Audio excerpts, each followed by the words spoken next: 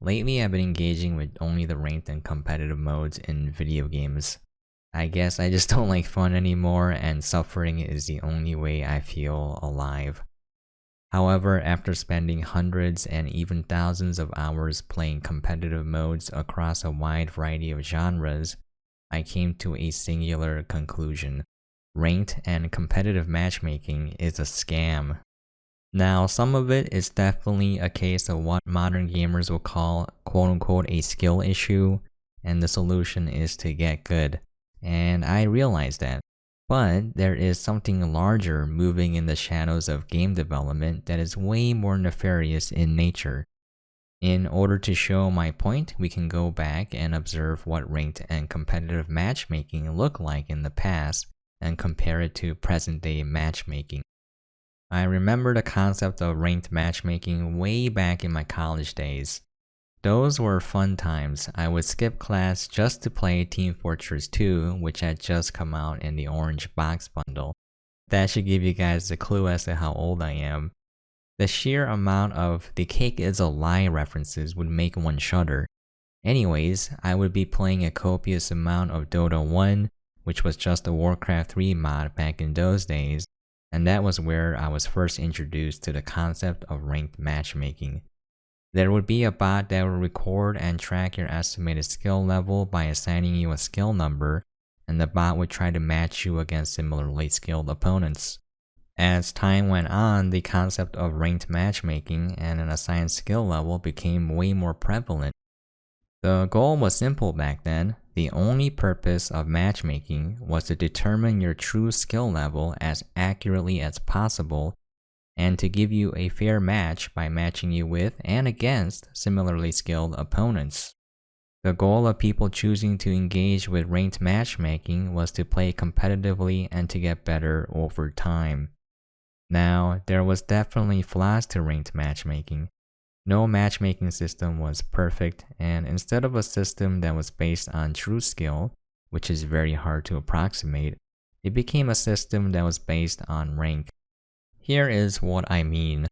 A high-level player in bronze is quite obviously not in the lowest skill tier of the game, but that's what their current rank happened to be. The system would then proceed to match the high-level player against other bronze players, but since they have a much better grasp of the game, they should theoretically win more games than lose and manage to climb to a higher rank until they hit an accurate approximation of their true skill level. Now, this is the ideal situation, but the nature of competitive gaming, especially team-oriented games, tell a much different story. Since team-oriented games depend heavily on other players, tracking only wins and losses may not be an accurate metric of skill. For example, a high-level support player in Overwatch 2 would have pretty high damage and healing numbers while keeping the number of deaths relatively low.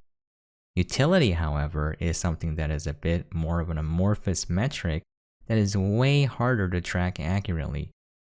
For example, how would the matchmaker be able to tell the difference between a sleep dart that denied an ulting Genji that would have wiped a team versus a sleep dart that had no value? This is something very hard to measure. Wins and losses were the main metric game developers were able to track back in those days, as well as matchmaking theory being something relatively new. This resulted in a system that, for better or worse, revolved heavily on your current rank, determined mostly by wins and losses instead of your true skill. Your rank was as close an approximation to your true skill as the developers could get to. The sole purpose was still to accurately as possible determine your true skill level and give you as fair of a match as possible. Now, fast forward to modern day gaming. If you scroll through the forums discussing any modern game that has a competitive mode, the discussion of ranked and competitive matchmaking is usually one of the more prominent discussions, with complaints about the matchmaking being at the forefront. There is a reason for this, and it goes beyond the mere possibility that the implementation of the matchmaking is severely flawed. I would like to posit here that the real reason of discontent is that the sole purpose of modern-day competitive matchmaking has shifted from accurate skill prediction and fair matches to a system that is solely designed to take up as much of your time as possible with little or no thought given to fair matches. I will of course back this claim up. Let us first take a look at the issue from a logical standpoint based on how game developers act as a corporation, and then look at the actual factual evidence that supports these claims and take it beyond mere speculation to the reality that is modern day gaming. Now, when I make these claims, I'm not saying they are true for every game developer, but it certainly is more plausible and prevalent for larger developers, especially those with public stock offerings. The first thing to consider for the shift in modern day matchmaking design is that an increase in engagement by the player base leads to an increase in the likelihood that they would engage with microtransactions. This is something that gamers see on a regular basis for most modern games from bigger developers, even single-player games and cooperative PvE games. Games such as Warhammer 40k Darktide and Diablo Immortal come to mind as more recent examples that I have personally come across. Competitive matchmaking is by far the easiest and cheapest way to get an increase in engagement from players. Single-player games and PvE games require to create actual content in the games, whereas a ranked or competitive mode only requires you to have rank indicators. This is by far a more cost-effective way to get an increase in engagement, leading to an increase in microtransactions being purchased, leading to an increase in profitability. This makes the company way more attractive to potential investors as well. Let's say even if the increase in engagement did not lead to an actual increase in the sales of microtransactions, engagement metrics are something the developer can leverage in terms of appealing to investors, thus leading to more investment funds or the continuation of investment funds. The second, more nefarious reason for the shift in matchmaking design is that by simply retaining your engagement, you are spending way less time with competitor products. This concept is seen in big tech companies, especially those dubbed as FANG, Big Tech, the Big Five, etc. Large corporations such as Facebook, Amazon, Apple, Netflix, and Google spend hundreds of thousands of dollars per single employee, not because they are that valuable, but in order to prevent them from going to competitors. There are a lot of coders going over this on YouTube and on blogs if you like to go down the rabbit hole of large tech companies and how they operate. It's quite fascinating as well as terrifying. Now, these claims are only speculation at this point, so let me introduce you to two pieces of evidence as proof and food for thought. The first comes from everyone's favorite company that killed Titanfall, Electronic Arts, or simply known by their abbreviation EA. This should come as no surprise to anyone familiar with that company. EA has been employing research into what was being called engagement optimized matchmaking, sometimes referred to as EOMM. The whole purpose of engagement optimized matchmaking is to increase engagement by observing when players decide to quit playing games. I am not joking, this is real and something they refer to as quote-unquote churn risk. A lower churn risk means less people are likely to quit. The paper looked at the last 3 outcomes of players' matches, and with their current data set, the recorded churn rates in the paper given as examples were 2.6 to 2.7% if the last 3 games were a draw, loss, win, or a loss, loss, win, or a loss, draw, win, or a draw, draw, draw. A win-win-win resulted in a churn risk of 3.7, and games ending in a loss resulted in churn rates from 4.6% to 5.1%. Now, the difference between 2.6% and 5.1% may seem insignificant. Now, when you consider that EA has games that millions of people play at any given day, that extra 2.5% of people staying makes a very large difference. Now, what does this mean, you ask? That's right, a series of games that have a loss and ending with a win result in a lower churn risk. This is something that matchmaking is tuned to attempt to replicate. The paper even talks about deploying neural networks to more efficiently analyze engagement rates and to calculate a series of wins, draws, and losses in order to engineer a lower churn risk. The matchmaking no longer cares about approximating your true skill and giving you as fair a match as possible. Its main purpose is to make you play as long as possible. I'll leave you with a quote from the paper. Equal skill-based matchmaking is actually worst among all matchmaking schemes, as its goal to create close matches contrarily minimizes the overall player engagement. That's right, player engagement is the most important metric. I'm looking at you, Overwatch 2. The second piece of evidence and additional food for thought comes from Activision, and again, this is by no means a surprise to anybody. Activision actually patented a matchmaking system that's main goal was to pair a higher skill player with skins equipped with a lower level player. The logic behind this was that the lower level player would see the higher level player tear through lobbies and be more inclined to purchase the cosmetics they are wearing or just purchase more cosmetics in general. I'm not making this up, this is real. The corporation-run dystopian future is now. Now, there are more pieces of evidence as well as anecdotal observations from the gaming communities out there, but they are too numerous to cover in this video. We could literally go over hours and hours of people's personal experiences.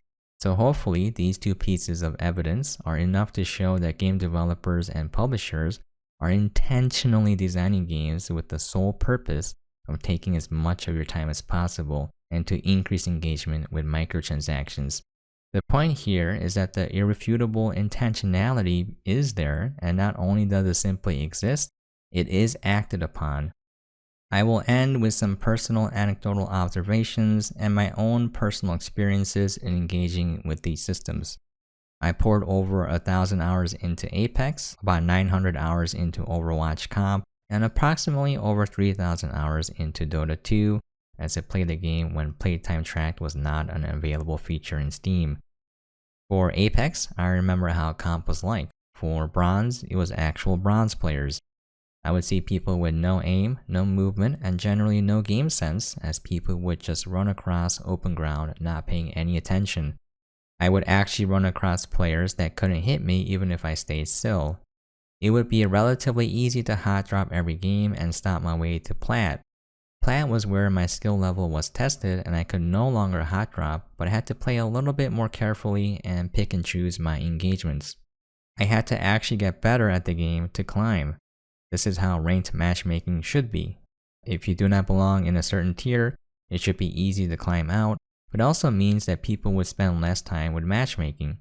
They would have an easier time climbing to their approximated skill level and then have a more difficult time ranking up, and this is where most people would quit and either play a different mode or a different game. Now fast forward to current Apex. Everyone who played Apex regularly did notice a difference in matchmaking after a certain point where even Bronze matches were incredibly sweaty. Even in the lowest levels of Bronze, I would see people that would line up a perfect beam to my head, and I would constantly see people tap strafing, making them more difficult to hit.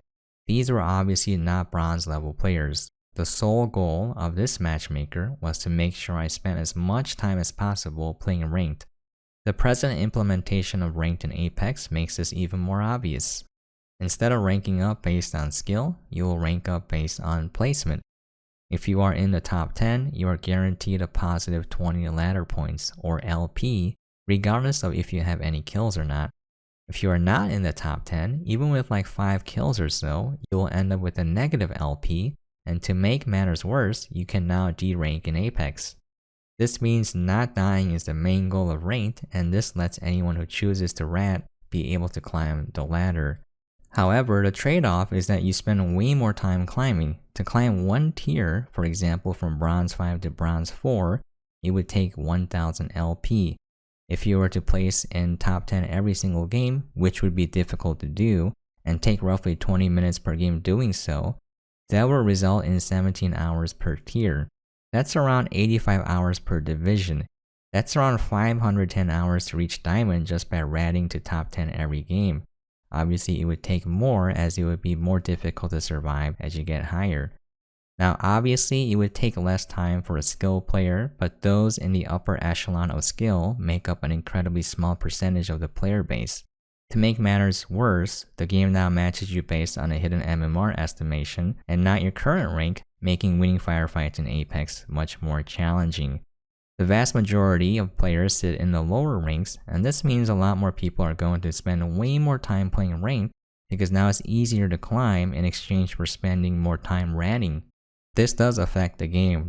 Now it is way more prevalent to see people being more hesitant to take fights, and way more people using snipers and marksman rifles. Don't even get me started on Overwatch 2. I can make an entire video series of how terrible Overwatch 2 matchmaking is, but I'll just give it a brief dishonorable mention as the worst possible matchmaking system known to gamerkind, especially when compared with Overwatch 1. I still don't get how you take something that existed and make it way worse. I just don't get it. Now, some may say if the matchmaking systems are that deplorable, just choose not to engage with it. The problem is that these systems are incredibly deceptive and engineered to be incredibly addictive, just like a digital drug. Just look at concurrent player counts for these games, they remain high.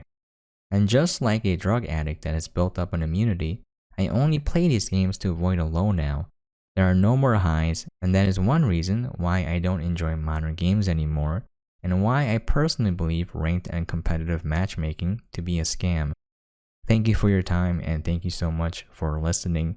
If you would like to share your thoughts and experiences, please feel free to leave a comment down below. I would love to hear from you guys. And as always, hope you guys are staying safe and sane out there, and I'll catch you guys next time. Also, #FBlizzard.